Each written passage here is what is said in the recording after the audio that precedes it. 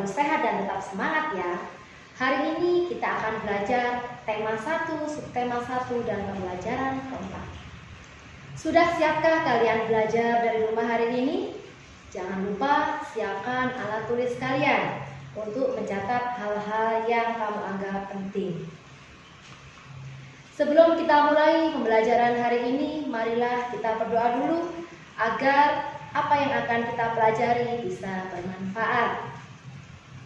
Langsung saja, marilah kita mulai pembelajaran kita hari ini. Tujuan pembelajaran kita yaitu kamu diharapkan untuk bisa membuat suatu kesimpulan dari paragraf dengan baik dan benar. Kemudian kamu juga diharapkan mampu untuk menemukan 3 contoh pelaksanaan sila ketiga dari sila Pancasila dalam kehidupan sehari-hari dengan benar. Anak-anakku, pernahkah kalian berjalan atau duduk di bawah pohon yang rindang?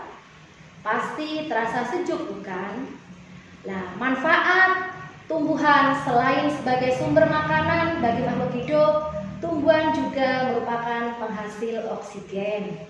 Tumbuhan dapat menghasilkan oksigen melalui proses fotosintesis.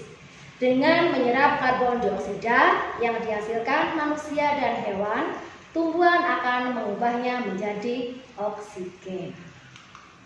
Selain itu, manfaat tumbuhan yang lain yaitu sebagai peneduh di saat terik dan bisa menahan air tanah supaya air tanah tetap terjaga.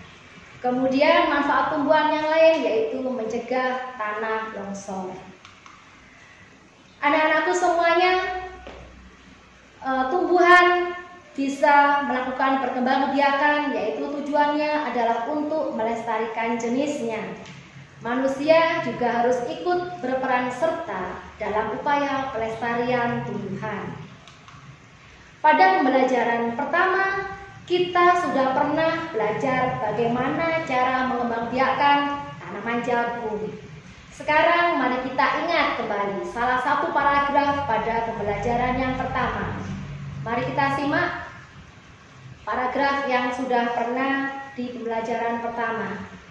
Jagung merupakan salah satu tanaman yang dijadikan sebagai makanan pokok di berbagai negara. Salah satunya di Indonesia. Di Indonesia, penduduk Pulau Madura menjadikan jagung sebagai makanan pokoknya. Jagung merupakan salah satu tanaman penghasil karbohidrat yang sangat diperlukan oleh tubuh. Dari paragraf itu, mari kita mencari ide pokok dan belajar membuat kesimpulan dari paragraf tersebut. Sekarang kita amati kalimat terakhir dari paragraf itu. Bukanlah suatu kesimpulan, maka kalimat utamanya berada di awal paragraf, sehingga kita bisa mengambil ide pokok dari kalimat tersebut. Bisa sama persis atau kita bisa persingkat. Misalnya, ide pokoknya yaitu jagung merupakan salah satu makanan pokok masyarakat Indonesia. Dan kesimpulannya bisa dengan bahasa kalian sendiri atau bisa sama dengan ide pokok, yaitu contoh jagung sangat penting di Indonesia. Bagaimana cara untuk membuat kesimpulan yang baik? Coba kita saksikan ya, kita lihat. Yaitu yang pertama, bacalah secara intensif seluruh bacaan dari awal hingga akhir. Kemudian yang kedua, tentukan ide pokok masing-masing paragraf. Dan yang ketiga, simpulkan isi bacaan berdasarkan ide pokok. Bagaimana ciri-ciri kesimpulan yang baik? Yaitu yang pertama dilihat ya, berisi pesan yang ingin disampaikan kepada pembaca. Yang kedua, merupakan intisari dari bacaan, dimulai dari hal yang khusus ke hal yang umum. Kemudian menggunakan kosakata yang baku. Dan yang kelima, merupakan suatu pernyataan yang dibuat berdasarkan ide pokok dari kata kunci dari kalimat penjelas dengan kalimatmu sendiri. Salah satu bentuk rasa syukur kita kepada tumbuhan adalah dengan merawatnya dengan baik. Merawat tumbuhan merupakan bentuk rasa syukur kita kepada tumbuhan. Bagaimana merawat tumbuhan secara sederhana? Yaitu contohnya memberi pupuk, menyiram. Yang ketiga, membersihkan dari rumput-rumput yang liar. Dengan begitu, tumbuhan akan tumbuh dengan segar dan baik, serta besar seperti contoh pohon beringin berikut ini. Ingatkah kamu bahwa pohon beringin merupakan salah satu lambang Pancasila? Kira-kira sila keberapa ya? Ya, benar.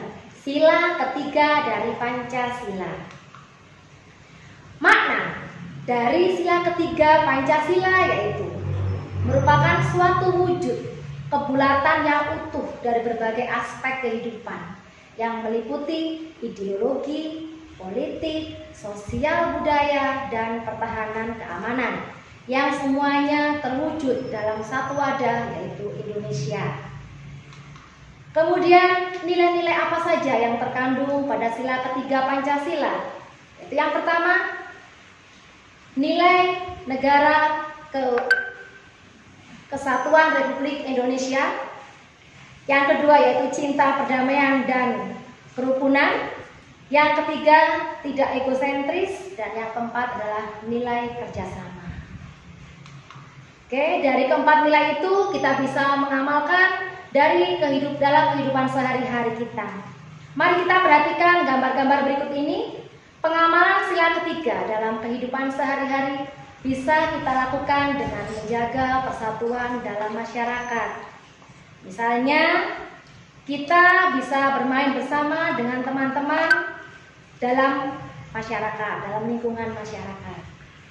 Yang ketiga, contoh pengamalan nilai sila ketiga yaitu mengutamakan kepentingan umum di atas kepentingan pribadi dan golongan. Di sini bisa diartikan, misalnya kamu hari Minggu mempunyai keinginan atau niat untuk bersepeda. Ternyata di lingkungan rumah kamu ada kerja bakti, maka kamu harus mengutamakan kepentingan umum, yaitu ikut kerja bakti dan menunda untuk bersepeda. Pengamalan senilai Pancasila yang ketiga yaitu rela berkorban untuk kepentingan bangsa. Di sini bisa diartikan bahwa kamu bisa membantu kegiatan di dalam lingkungan masyarakat tanpa mengharapkan imbalan. Kemudian pengamalan nilai sila ketiga yang selanjutnya itu cinta tanah air. Di sini dicontohkan dengan cara kita mengikuti upacara bendera. Kalian tentunya setiap hari Senin sudah melaksanakan upacara bendera bukan di sekolah. Itu merupakan salah satu wujud cinta tanah air kita kepada negara. Selanjutnya, pengamalan nilai sila ketiga yaitu bangga sebagai bangsa Indonesia. Di sini diartikan, dicontohkan bahwasanya kita harus bisa dan mau menggunakan produk-produk dalam negeri. Selanjutnya, pengamalan nilai sila ketiga yaitu membela tanah air.